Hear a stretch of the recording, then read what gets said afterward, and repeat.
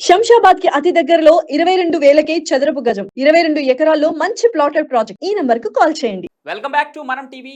నేను మీ పవన్ బెస్వాడ.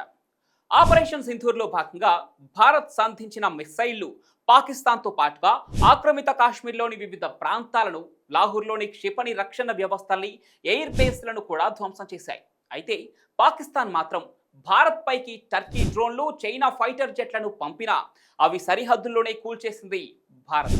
ఈ నేపథ్యంలోనే తాజాగా మరిన్ని డ్రోన్లు, రాకెట్ లాంచర్లకు పాకిస్తాన్ ఆర్డర్ పెట్టినట్లుగా తెలుస్తోంది.